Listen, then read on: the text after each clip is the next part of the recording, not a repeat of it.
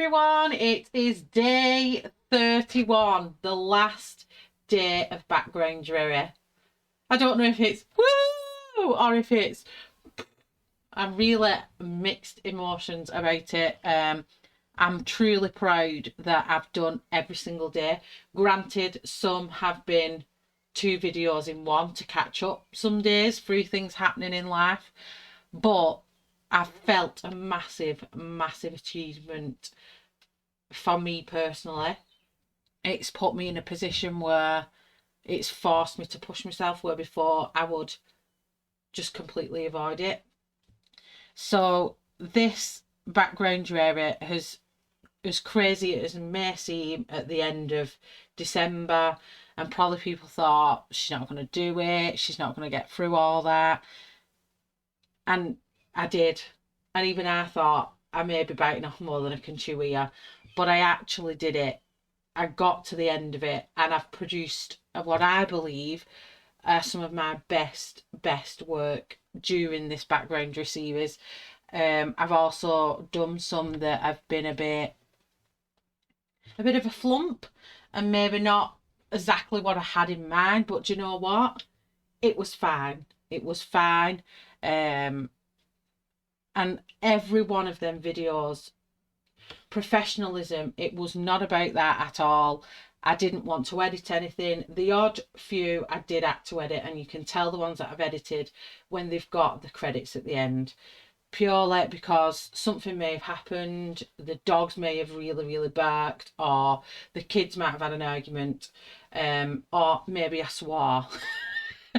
There was one where I had to edit it because I swore, getting mad at doing the background. So yes, it's been hard. Majority of them, I would say 97% of the videos have been done in raw form. You have seen me stress, you've seen me be triumphant when I've pushed through, but my whole point of this was, one, to challenge myself, and if anyone wanted to come along for the ride, they was more than welcome to come along for the ride. And can I just say, the people that have come along for the ride and they have shown me the work has made me utterly proud that me was able to do something easy enough that somebody else could follow. And for me, that made me really proud. Now, before I start tearing up and get upset, because for happy tears, we're gonna move on, because I'll end up blubbering, and this is just, honestly, the people's work I've seen has just blown me away. So let's move on. So this video is, if in doubt, black it out or leave it out. Now what I mean, before I move on to all this blacking out, leave it out is just as important. Now I've got some pictures here that I've done, and I'm going to explain what I mean by leave it out, because I am such a background phobe, or I'll stress that much over what a background can look like. I leave it out, but I want to show to everyone that it is okay to leave it out. So this one I did in Colouring Heaven's Dragon special. I did this one, and I was so amazed by it when I'd finished. It turned out it was just, I was having a bit of a throw colour down on the page, and when I finished it I thought, do you know what? It's stunning. It doesn't need anything else. It's got sparkle, it's got pizzazz, you can see all that sparkle going on. It's got pizzazz, is his own character. It does not need a background. So that's my first one. My next one that didn't need a background, was it in here? Why have I put this book in here? I don't think I did all the backgrounds in this one. Why have I put this in? Oh no, I didn't. So this one, this is World Within Worlds, when I did my sloth. I sat for days mulling thinking, does it need a background? Does it need a background? Does it need a background? No, it didn't. It didn't need a background whatsoever. It was enough, because I just thought the glow from the lanterns was enough. The trees around the outside of, you know, what the sloth's holding on to was enough. And I truly believe that if I'd have added anything, even a soft background, I think it would have took away from what the picture is. So again, no background needed. Again, this is one from Jasmine Beckett Griffith that I did when we did the Colour-a-thon Fairies in Fall. I'm trying to not snuffle her nose because I started crying like a big baby. Here, again, no background needed. All I did, the little bits of picture, the specks that run underneath here, I chucked a bit of glitter on. That was it. Little embellishment in her hair. And she's got glitter again on the page, so it doesn't need a background. Are you seeing my point here? This is a butterfly that appeared on my July Summer Bugs hashtag. I did this when this book came out, Enchanted Forest, years and years ago. I did this. All I did was put a bit of shadow underneath. Does not need anything more than that. The page can stay blank. That was enough. It lifts off the page. It doesn't need a background.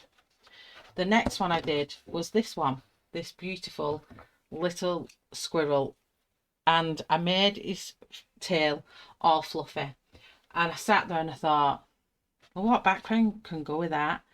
And I just thought, it doesn't need a background. The tail is enough. The tail is the star of the show.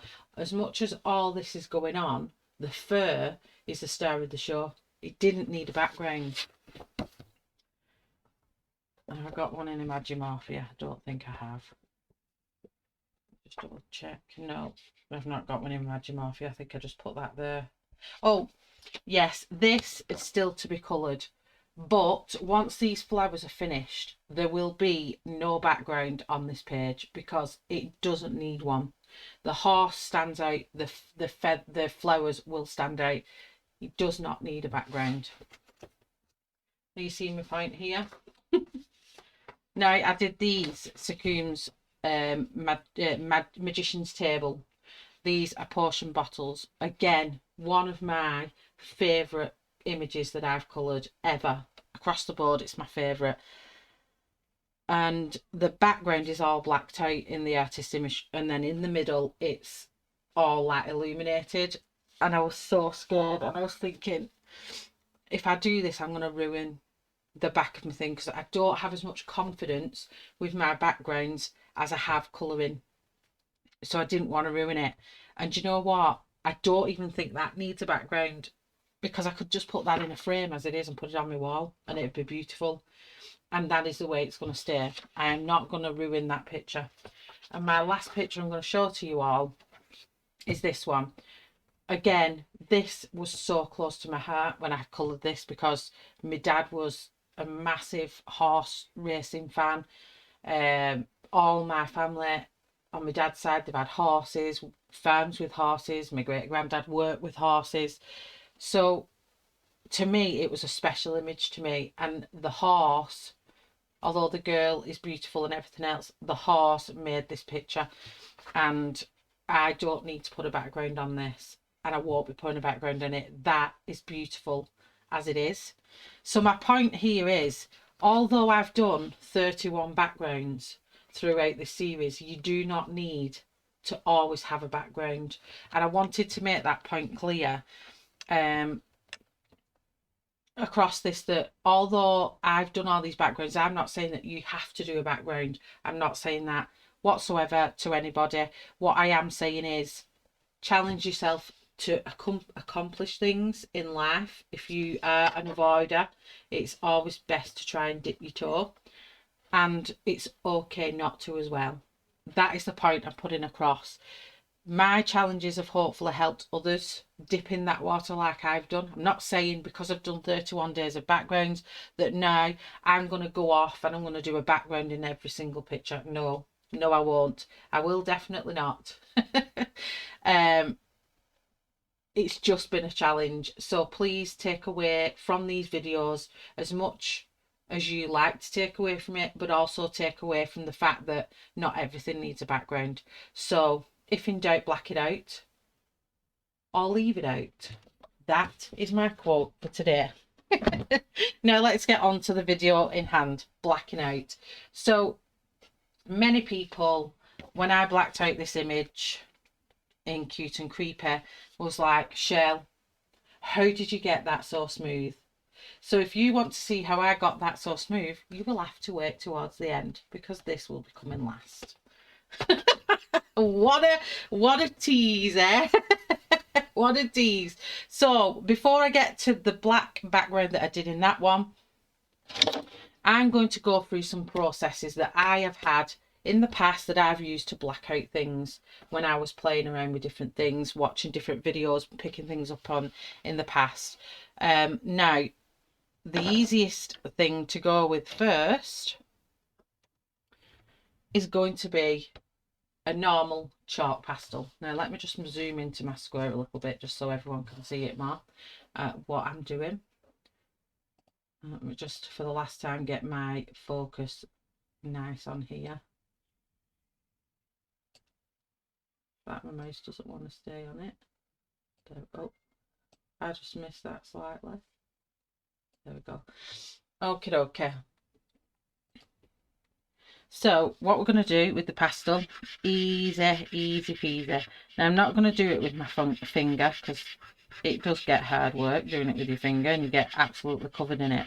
Another way I like to do it, I'll show you in a second. So I'm just covering the whole area with the black chalk pastel. Now you are going to get a lot of chalk everywhere. If you're doing it with this method, it's a really messy method, I'm not going to lie.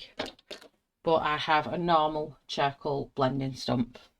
And all I'm going to do, it might screech and it might scratch, but all the bits of chalk that's left on the page, I'm going to use that and blend it in with the blending stump rather than using my finger. And the reason why I say use a blending stump is because when you've got some intricate detail in a page, you can get in and out of them very easily. But not only that, the blending stump helps it push into the paper a lot easier than it does with your finger. So I'm trying to get to these edges and keep it quite sharp. So do excuse the squeaking. It's like being on a chalky board at school and everyone sticks the fingers in their ears. So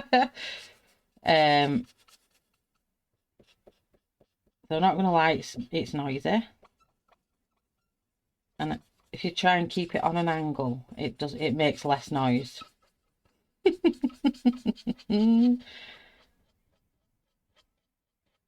I'm going to go right up to that edge. Just turn my page a little bit to work on this bit.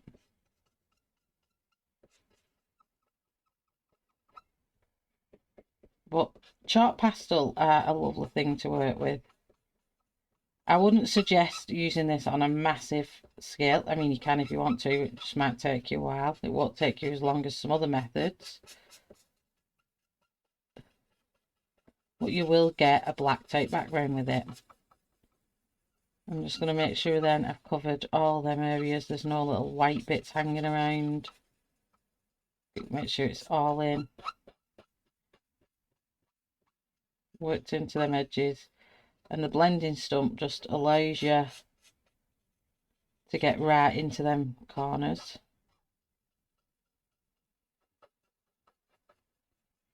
Okay, and I'm just going to take off that excess.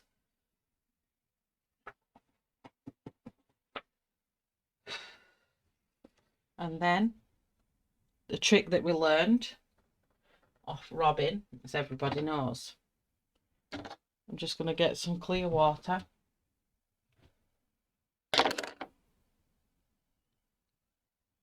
Just get our square brush here. Some clear water. I'm going to seal it. I'm not going to press on too hard. I'm literally going over the top.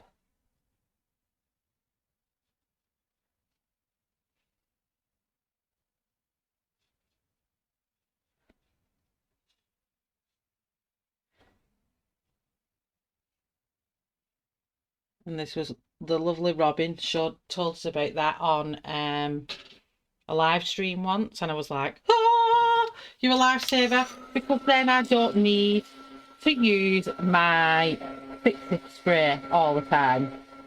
So that makes it amazing. So just quickly dry that off. And I've got, let me get a clean finger here. So I've got a clean finger there, and hopefully only the tiniest bit comes off. The tiniest bit. So that helps seal it in. You could probably go over it again with water. But that is pastel. Now, another thing. So let's just move him up there. So we all know we've used pastel. This is a basic Crayola crayon wax. And I thought, well, we use pencil blenders to break down the wax in a pencil. So I thought, surely the same thing should work. A pencil blender should work with a crayon. So we're going to find out. This is our first test. And the thing with a crayon is you yield it like a pencil. And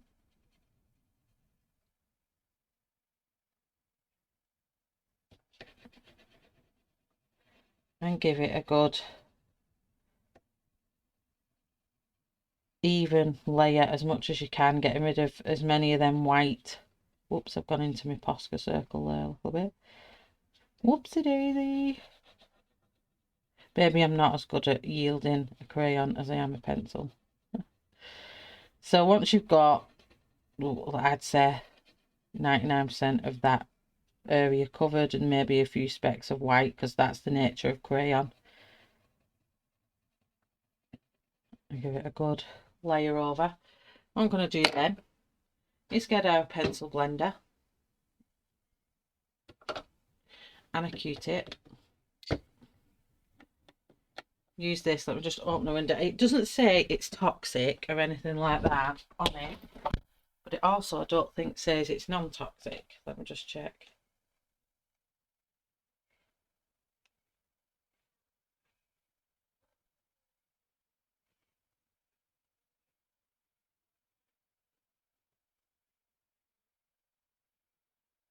Yeah, so it doesn't say it's non-toxic. So well ventilated area. I am in a ventilated area, and I'm just gonna pop on a mask. So I'm gonna pop this into the I might sound a little bit muffled because it doesn't say non-toxic. I don't want to risk it. So I'm taking off the excess of the bottle, if you can just see here, and I'm just scraping the excess back in to the bottle, and then we're just going to put it on an even coverage. So although it doesn't say anything about being non-toxic or toxic, it does say maybe it can be fatal if it gets in the airways. So I don't want to risk that. So and you can see here now, it's just helped blend it. It's not as dark as maybe some, but it's enough for some backgrounds.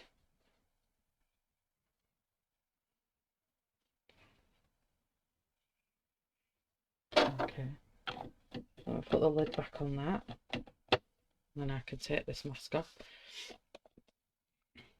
And then I'm just going to rub the rest of that into there. A few bits lying around. I don't want to go too much because it'll start scraping it off. So it breaks down the wax just the same. So that's another way you can do it. Now we're going to do the pencil and marker. Now what I've shown here, I want to do is, this is 160 gram. No, it's not. It's a 200 GSM cardstock. So it would be quite hard for it to bleed through on this. But what I am going to show you is that if I do, is that about 6 layers then? And turn it over, it does bleed through. So we're going to put down, I got told about this technique off a lady quite a while ago when I first started out colouring. Oh, Shell, try it with a pencil first. So I'm just using my black Prismacolor, and I'm making sure that I'm putting down a really good layer of pencil. I'm trying to show you the quickest ways first. So these three are the quickest process that I can think of.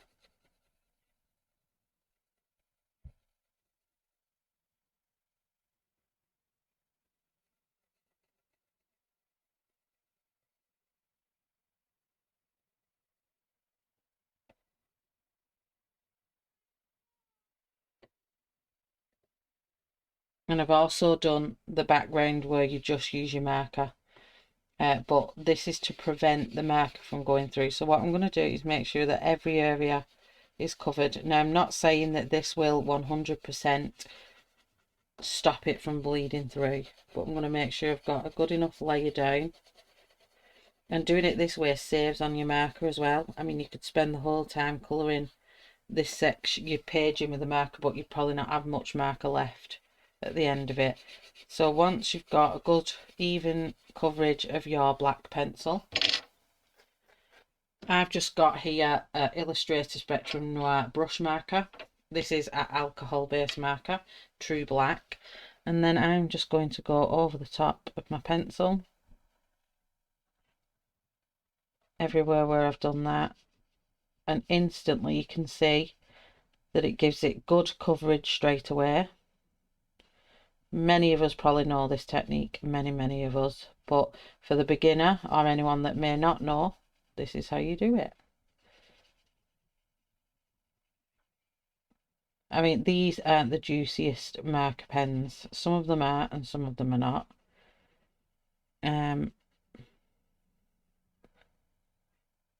Just go slow there. I want to make sure I get it right. I don't want to creep into my other side.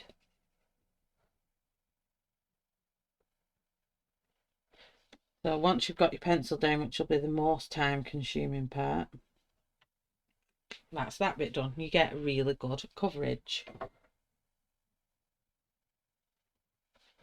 Where did I put my crayon? I just want to put here the things I've done. Okay, so in the middle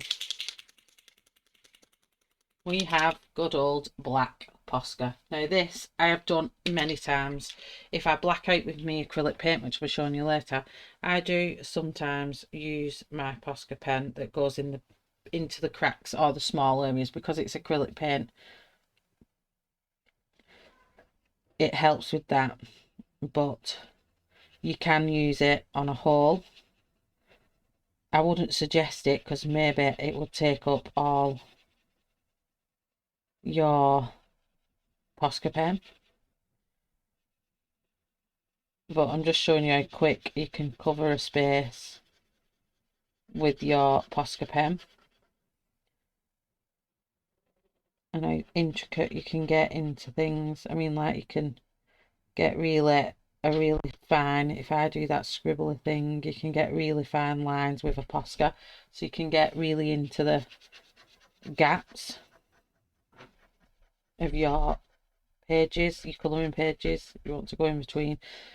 But blackouts are really good, especially if you've used neon colours and stuff like that in your colouring picture and you really want it to stand out. You want it to be a nighttime theme, you know, they're all good for that.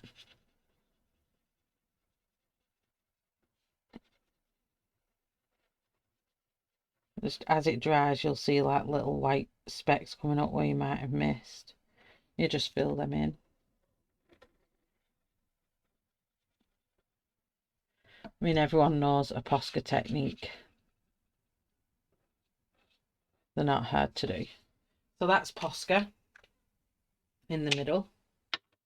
And then lastly, the longest, most painstaking way you will ever do it, which is coloured pencil and pencil blender. Now, we're going to do exactly what we did before, a layer of black. And I found this technique off a lady. I can't even find her channel now, and I can't remember what she was called. This technique I found a while ago, couple of years ago. I just don't do it because it takes so long. But she was Australian, I think, but I just can't remember her name. And I can't remember what it was under, but I watched her technique and I was like, oh, that's so good. But it just takes a long time. But if you want to do it this way, you can. And I want to show it you because it's an option, but it does take a while.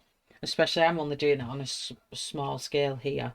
But if you're doing it on a colouring page, it will take a while. So that was black, and then we're going in with Prismacolor Indigo.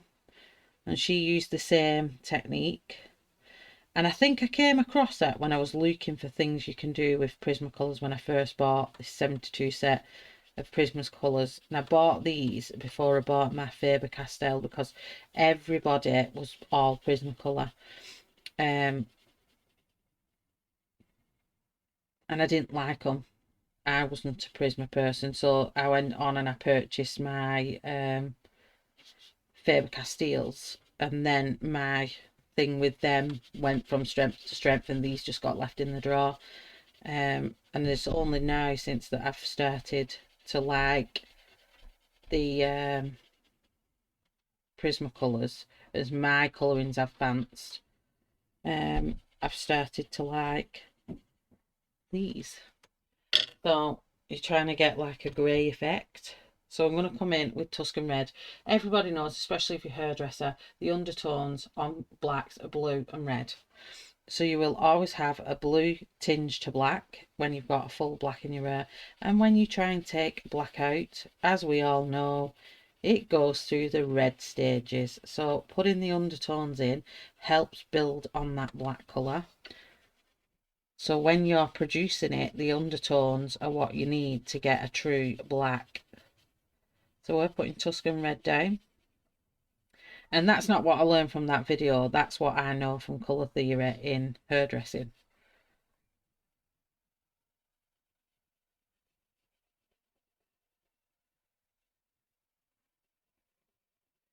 And once we've got that layer of Tuscan Red down, we're going to come back in with our black and do another layer. So you can imagine if this was a colouring page, just to do this one section, it takes a bit. So to do a full page, you're probably looking at a good couple of hours of work. And that's if you don't have to do it all over again. If you get enough coverage and you get rid of it with your blender solution and it's a deep enough black, then that's fine, but you may have to do this process a couple of times on your page. So be worried that if you do this one, it can be very time consuming. So for the purpose of this video, I'm hoping that I've put enough down. So once again, I'm just going to pop the mask over my face and get my Zesty pencil blender out. Now I've just got a square brush, well ventilated room. I'm just going to dip it in, take the excess off, because I don't want it soaking wet through. I'm just going to rub it on another page to take some more excess off. And then I'm going to stipple it in, like we're stabbing the paper with the brush. And we're pushing the pigment down into the page. And hopefully we've got enough on the page. If not, we'll just have to repeat the process.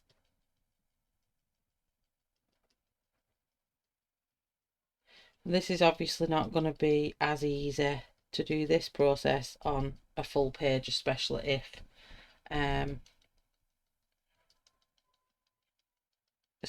if you've got other things going on your page. It would be hard. You would then have to start pushing your pencil, or use a pencil brush, or use a smaller brush to get into them areas. And as you can see here, I can't even keep it neat to that edge. I'll just push it up this way, blend it out that way. But I think I've got enough pigment on there. That bit's showing something weird because there's something like dug into the page, so it's got like a spiral and it's not covering very well. But I don't think I'd need to use, if it wasn't for that spiraler thing there, I don't think I'd need to go again. But that's just on a small scale, you know. I'm looking at a bigger one. So there are 5 ways that you can black your page out with other mediums. So you've got your pencil, and let me just put the lid back up. Any pencil blender that you use. I've used Zesty pencil blend. I think it's quite popular within the colouring community. So that's one way. And then you've got your Crayola crayon, which was this one, and Zesty pencil blend. I'd probably go over that again and do another layer, but I don't need to do that on here. So that was it for that. And then you've got your pastel and the blending stump for this one, and then you've got your Posca pen for the centre, Posca black, and then your pencil first, marker later. And if I turn that page over, that's where we did that, and we haven't got any leakage. The only thing I've got leakage is in that top corner where I probably didn't get the pencil, but as you can see, it's not come through. That was the test we did, and there's nothing come through on there. So that's that technique. So that's 5 techniques that you can do there. Now the technique I'm going to show you, I'm just going to shut this window because it's freezing, is in the Cute and Creepy. Now I need my page here. I'm going to put the paint on this page. So as you can see, we did this page a few weeks back on live stream. That is in my, what playlist would it have gone in there? It's Colouring Pages playlist. It should be in there if you want to see how I did this and created the bubbles. So I've pre-coloured this one. You'll all be impressed to know I coloured this with markers. I am not a marker fan, but I have been practicing. Been practicing so much, trying to get my skills with markers better, because I am rubbish at markers. So what I'm doing, I've just brought that spine a little bit on my book, which I've done multiple times, just so I can get right into that crease. Now the reason I would black this background out is purely because I don't do wallpaper effect. So that would be my worst nightmare, and I hate it. So what I would do with this, I'm going to pull the camera up, and I'm going to move my little box out of the way. So I would instantly look at this and go, right, I'm going to black it out. And what I've purposely done around these edges is made sure I've used a bright enough colour that when I do put this black on, that you can see the edges to them.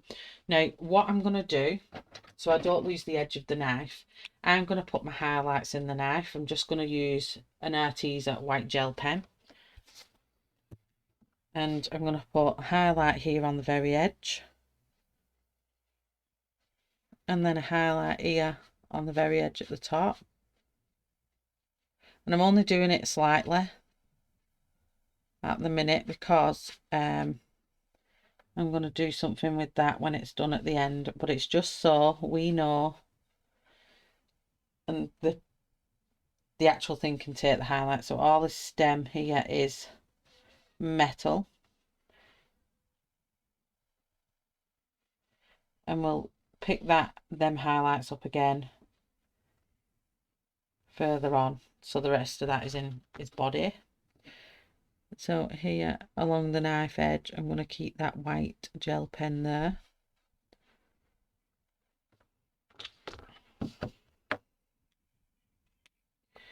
And everyone was saying, Shell, how did you get that so smooth? Now, this is my only brush I keep for blacking out. It is a Royal and Langnickel flat 22 brush.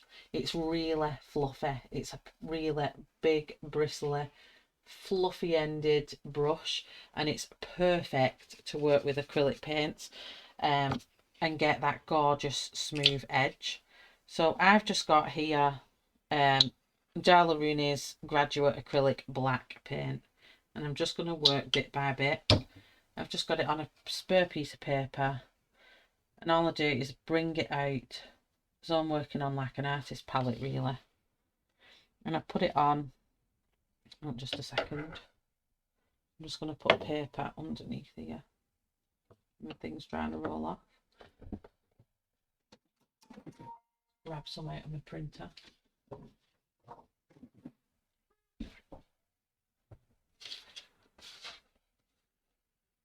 Oh. I've got 2 pages now. And as I found out, acrylic markers don't go very well in cute and creepy books. So all I did was literally, I'm keeping a light touch, and I go from back to forth, back to forth, and then I go over it. It's a bit like painting your walls at home. And I do it until the brush starts going dry. It's not a massively slow process, but it's not a fast process either. So I go as far up to the image as possible. So I'll turn my brush round, and I will start here, and I'll pull it as far as I can to the edge, and I'll pull it out.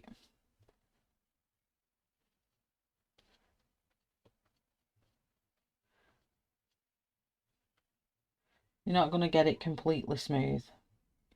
It's never going to happen.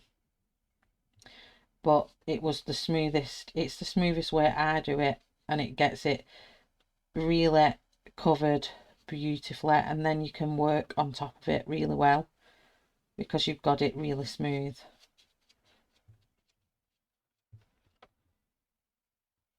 So I'm just going to keep working up here. Obviously, as you're going in between, you're not going to get your in-between bits as smooth. And I always work in the same direction. I'm not going to start going like that, because that's when you'll get your streaks. And when I'm adding over the top to build the colour up, if I get any patches, I get the tiniest bit of paint and I go over it. And I keep working with it until it's built that colour back up. And that's how you keep it smooth. And by pushing your paintbrush into here, it stops you getting a massive amount on your brush. Oops, I just caught my page there.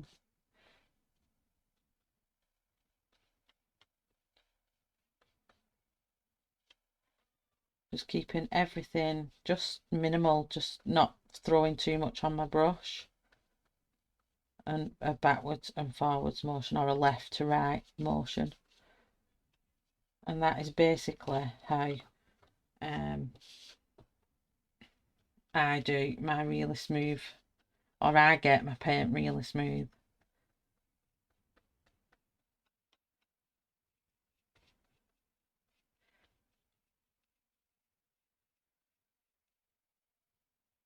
It's really hard to not get tempted into going like this all over the page, but honestly, if you want it smooth, it'll be the worst thing you can do for your page.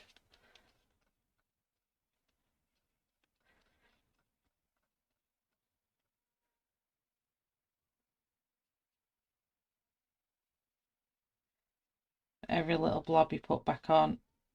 So I've got a streaky bit there in there. Just pick it off with it.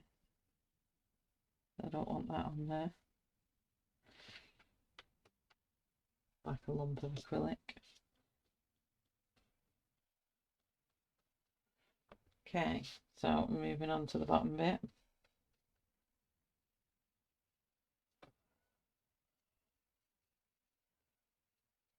and just keep working that paint out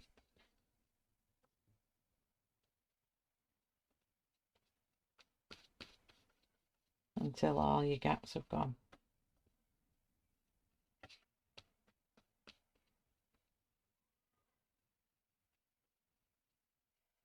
Left to right, it's regiment.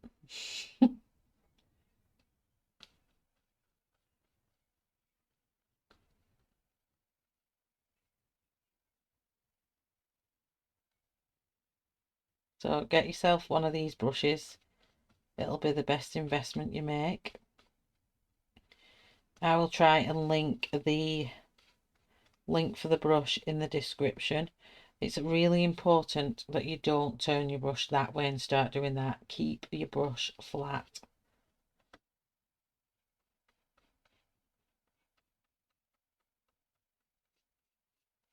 And you can see how smooth that is. You can see it's just uber smooth.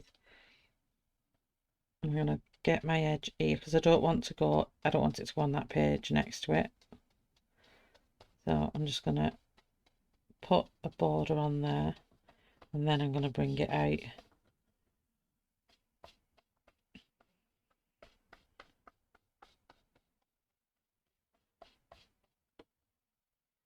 I'm going to move this into the corner. I work down here. The page underneath is already ruined because I've used marker, so I've lost that page in a sense because I didn't realise. I didn't check first. I've got some dried lumps of acrylic on this brush. It might be from the last time I used it and it's just activated it a little bit. Did I get one on here? Oh, straighten that. I didn't want it to do that. That's going to get all over my hands. There we go. Cleaned it off quickly.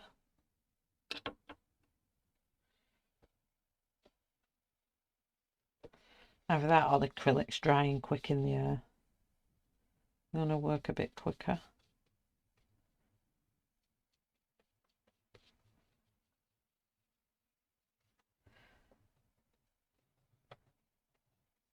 Hey, Bobo.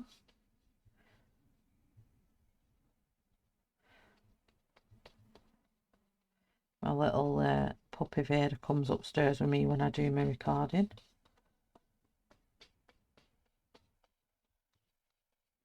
Well, he's not a puppy now, he's actually one, but it's still a puppy to me. Still my little baby. I've just told you not to do that, but I had to do that on that bit there.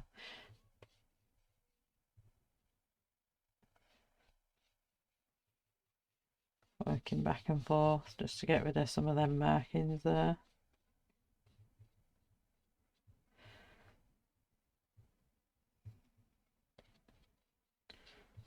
Just little bits of black acrylic going hard on my brush. I'm trying to work out if they're from, they might be what's in my brush from before, previously.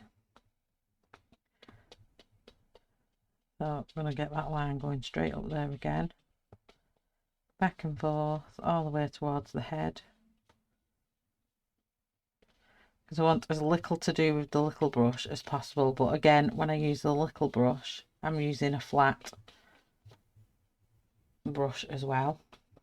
So I'm using the same kind of brush, just on a smaller scale. And this is how I get an ultra smooth effect on my page. And it's smooth enough then that I could either leave it as black and it just looks gorgeous and matte, or I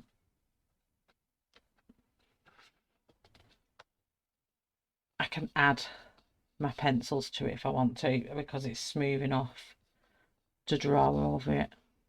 Just put that up that side.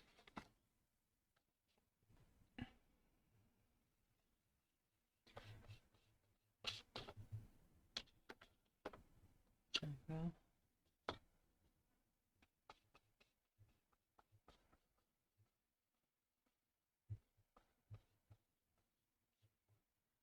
I'm following my own bad rules there.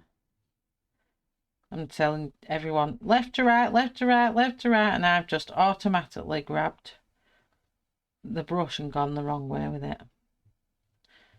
It's just hard coming around this knife. Just get a bit more paint on there and try and drag it like this,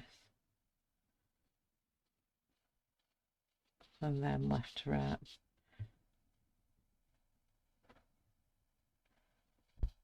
Drag it.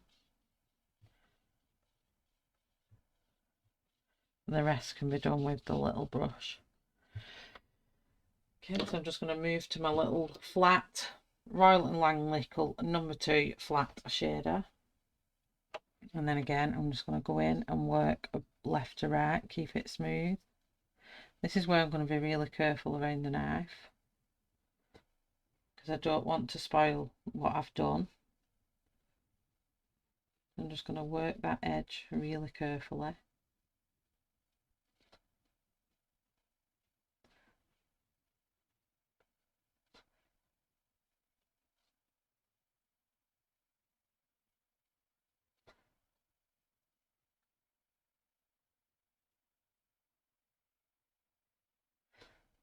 And then I'll show you what I do with it. So keep that edge nice and neat.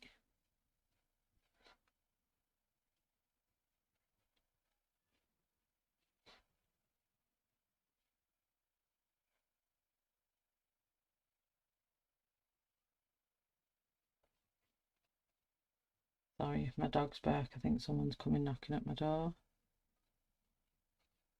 Just seeing someone come up my drive. And then what I'm going to do, even though I said don't do it on its side, just for this bit, just brush your brush left to right on its tip, left to right, just like that.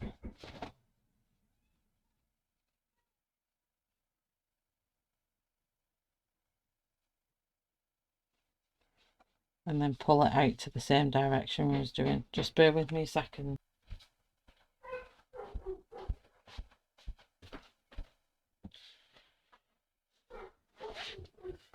Oh. Okay, sorry about that. So again, back and forth, going in the same direction. Shh.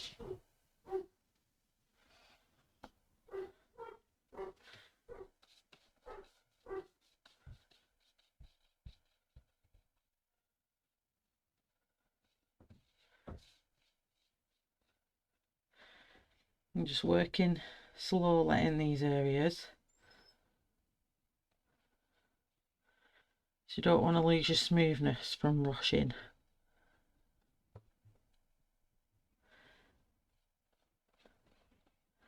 And I'll work the line just before the edge, because I don't want to compromise it being smooth in these areas here. This bit needs to still be smooth.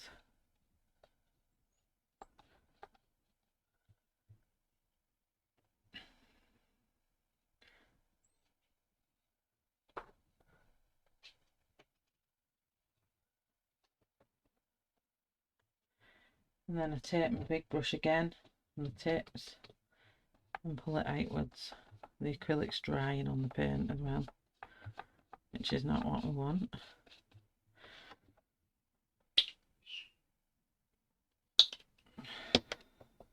So I'll just keep that wet. I don't want it to get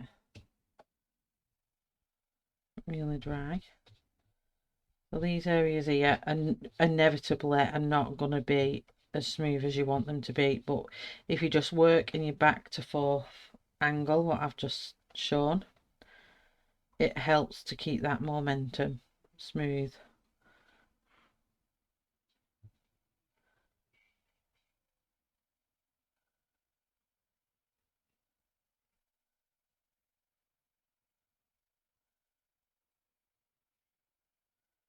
And then this is where I'll work towards the picture.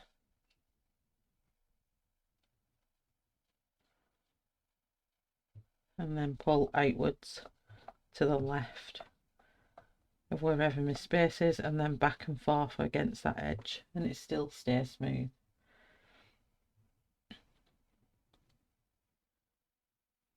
Don't worry about the edge if that doesn't stay smooth, because you'll not be working with that edge. Just make sure you pull out as much as you can without compromising your picture. And then left to right. I've got a few little white bits there, so I'll just work from left to right until I've got rid of them.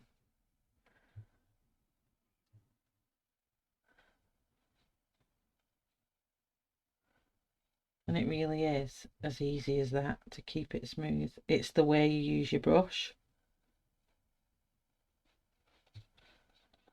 And if you use a brush and you're really sloppy with it, is the only way I can term it, you'll get bumpy blackout.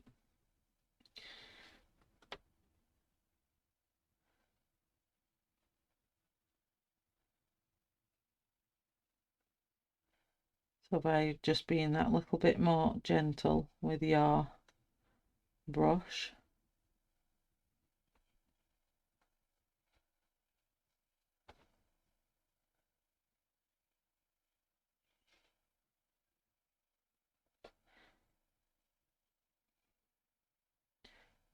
and this is just the trickiest bit, I would say, and this is the bit what probably takes the longest. So then left to right, left to right, left to right, left to right, and pull it back out. And I've got a little bit here, the edge of the sword. Always crop a thing, I don't know what it's called. A bit there. Left to right, left to right, left to right. So that's most of that bit done. And then I'm just going to work round here, which is all jaggedy and wiggly. I'm just going to get the outline done first with my brush, quite simply. And I'm only going to work a bit at a time. And then left to right that edge out. Left to right, left to right. Just remember, left to right. You'll hear me saying it in your head for all day now. Left to right, left to right. Or get your big brush if it's a big area like that, and just pull your brush from left to right, and it'll just smooth that edge out again.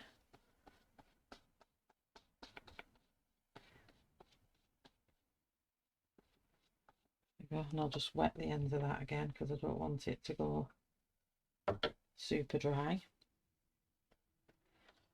So let's keep working. And acrylic dries really quick, so you've got to keep working with your brushes.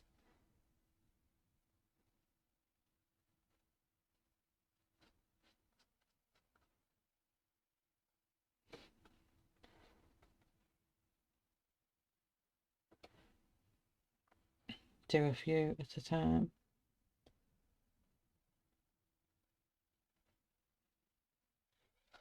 Got some weird straggler on that brush.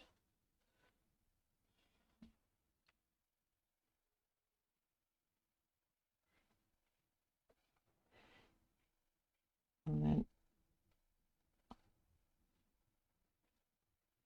then pull that out left to right. This obviously, like I said, this is going to be the hardest section. Left to right, and pull that out again. We can see how smooth it is just by having a bit of patience and a bit of control with your brush. You get an amazing smooth effect. Right, left to right. And that nightmare wallpaper effect background, what I cannot stand, is gone. Keep working.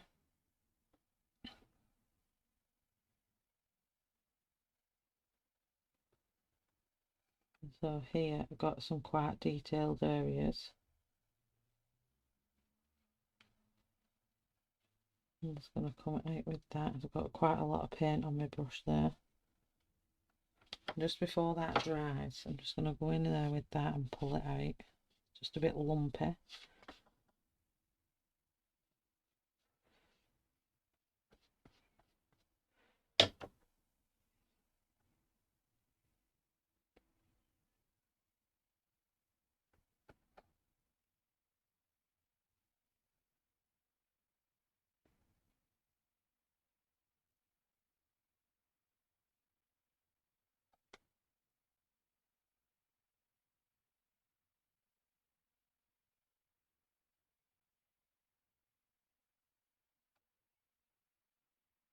And then the same here. We've got round most of his trailer bits now. Probably the hardest bit because I think the rest of it is pretty straight with its lines.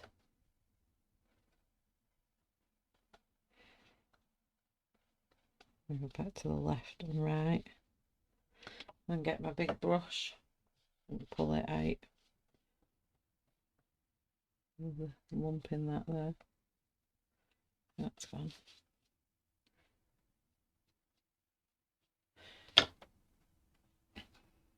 This is where you get covered in black.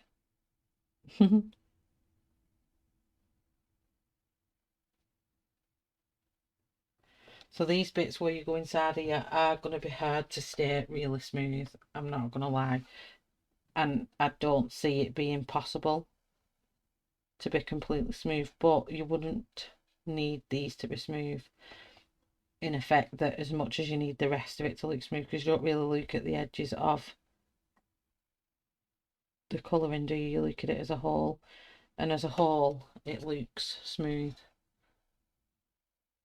So pull these that way. And then that, pull it out.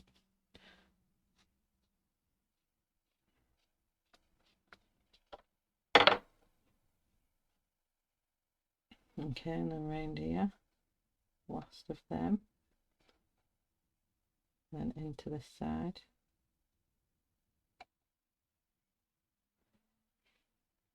Now, I'm not going to draw anything on these today because if you want to see bubbles and stuff like that, I have done things like that on my channel under the colouring pages. If you want to see that blackout one I did and the bubbles, it is on there. But you can pretty much, you can get your neon Poscas out.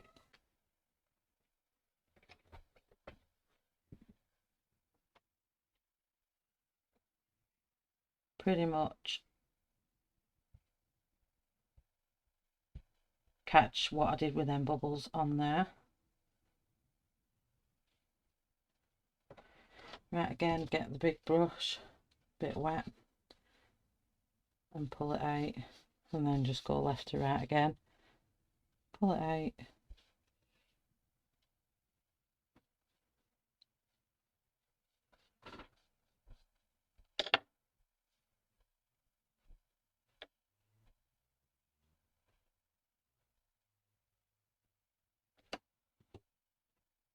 Pull it out.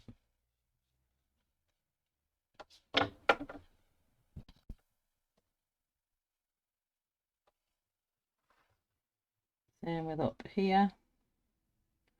We'll come all the way down his little stick here, handle, whatever it's called.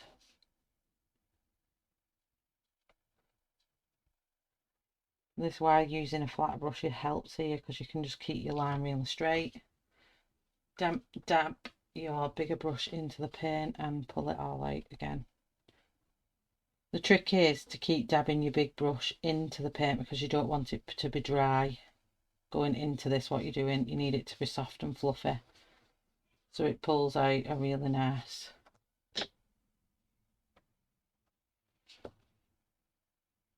smooth edge. Go around the skull.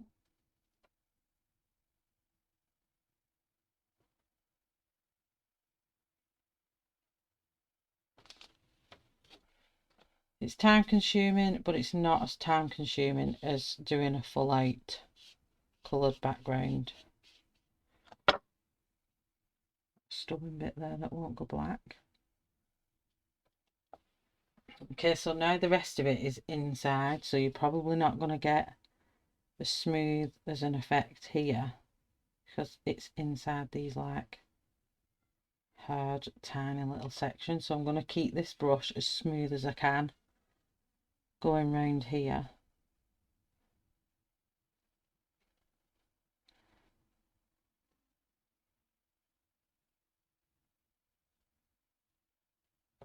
And the thing with acrylic paint is it starts getting clumpy.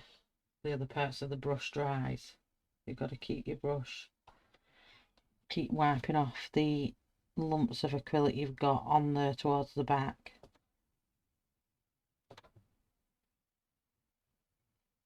And then just brush it all off.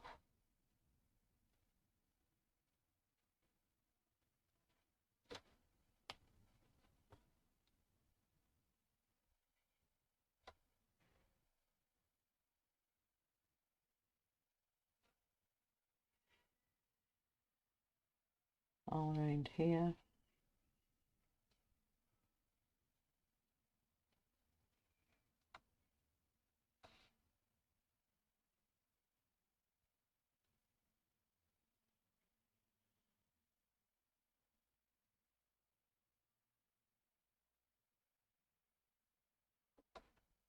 Straight down. It'll be weird not doing these videos every day now, because I literally have, my plan was to get it pre-recorded and then just schedule them all for going on at the same time every day, but that did not happen. Life didn't allow that to happen. So I ended up having to record these every single day. Let's get some of that excess off.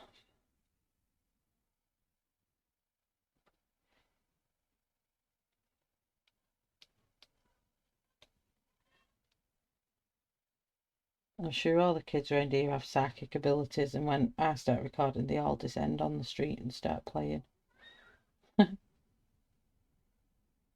Okay, so oh, I've got a little tiny bit here.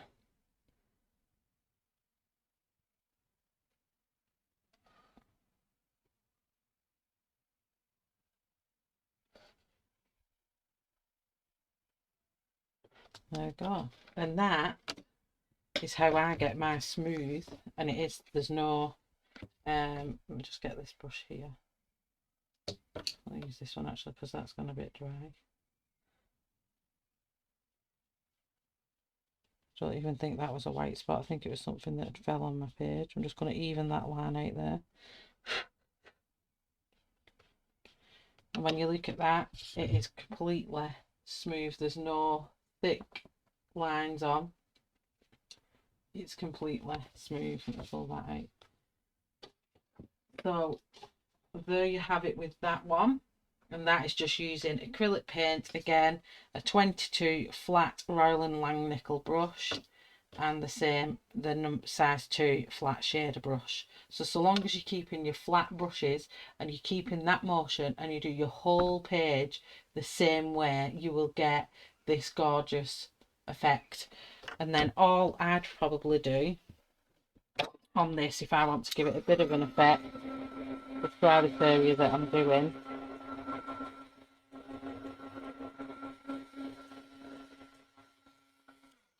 I get my white, I don't want the big one, this one. Let's just get this started on this bit. Takes ages to get going. I would probably just on the end of here and then just flick it up and flick it down and across as though it's shining off the end of that tip. That's probably all I would do.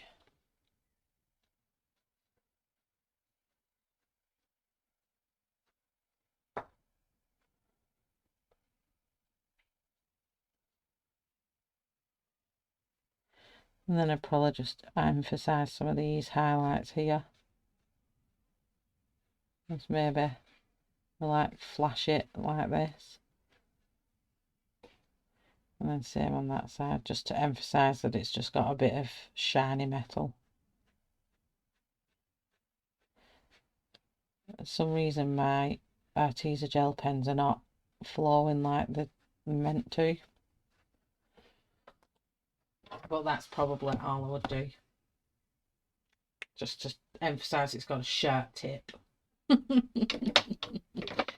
So that is day 31 done, Blackout.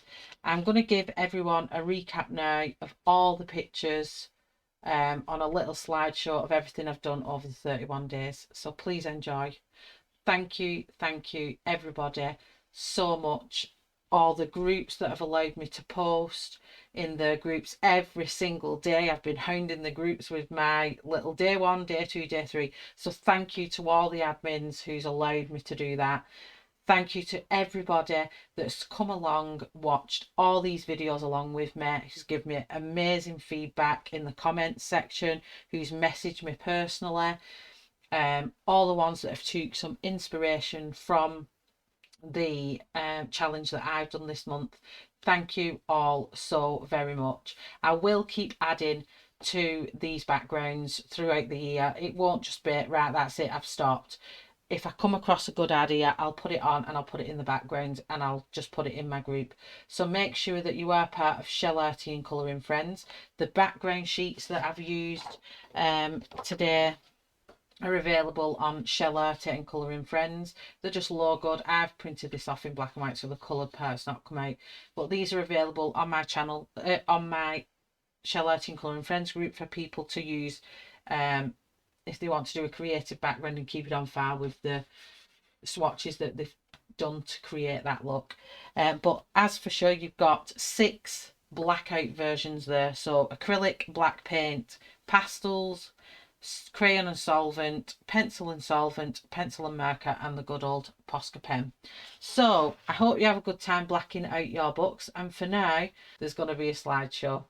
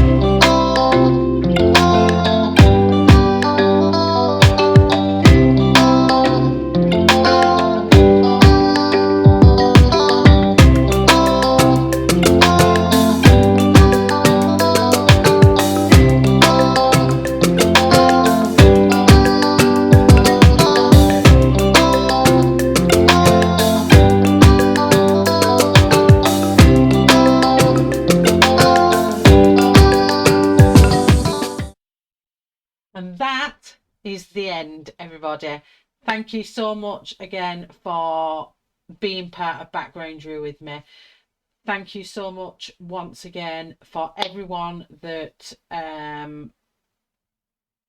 entered the hashtag on Instagram, hashtag backgroundery, and tag me in it. I will be putting a collage of all the pictures on the end and sharing them at some point today on Instagram, so they all get shown on my story. Um, but thank you so very much for making it possible and for giving me the views that you've all given me. It's been outstanding, and thank you. Thank you, thank you, thank you. That's all I can say. That's all, folks. Bye bye.